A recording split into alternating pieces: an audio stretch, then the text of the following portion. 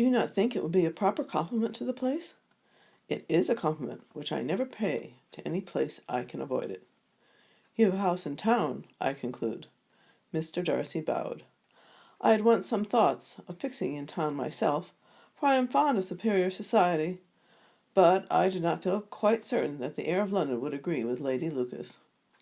He paused in hopes of an answer, but his companion was not disposed to make any, and Elizabeth at that instant moving towards them, he was struck with the notion of doing a very gallant thing, and called out to her, "My dear Miss Eliza, why are you not dancing?"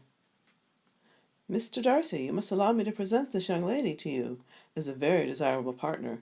You cannot refuse to dance, I am sure, when so much beauty is before you."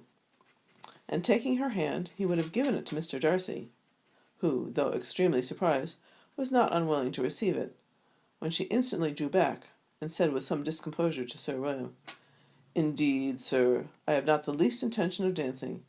I entreat you not to suppose that I move this way in order to beg for a partner." Mr. Darcy, with grave propriety, requested to be allowed the honour of her hand, but in vain.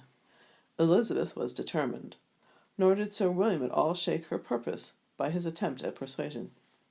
"You excel so much in the dance, Miss Eliza, that it is cruel to deny me the happiness of seeing you, and though this gentleman dislikes amusement in general, he can have no objection, I am sure, to oblige us for 1/2 hour." "Mr. Darcy is all politeness," said Elizabeth, smiling. "He is indeed, but considering the inducement, my dear Eliza, we cannot wonder at his complaisance, for who would object to such a partner?"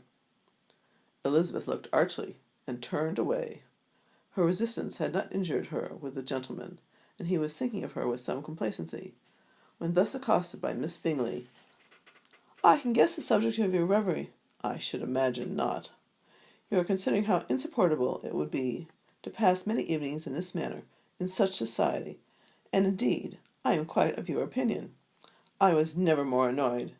The insipidity, and yet the noise, the nothingness, and yet the self-importance of all these people!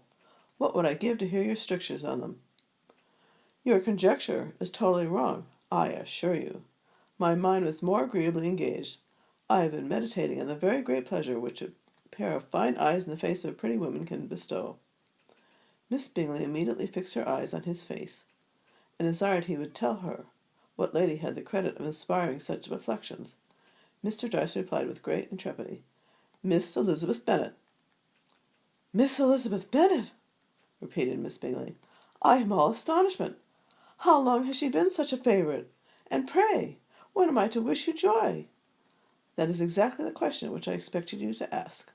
A lady's imagination is very rapid. It jumps from admiration to love, from love to matrimony in a moment. I knew you would be wishing me joy." "Nay, if you are so serious about it, I shall consider the matter as absolutely settled. You will have a charming mother-in-law indeed, and of course she'll be always at Pemberley with you." He listened to her with perfect indifference, while she chose to entertain herself in this manner, and as his composure convinced her that all was safe, her wit flowed long.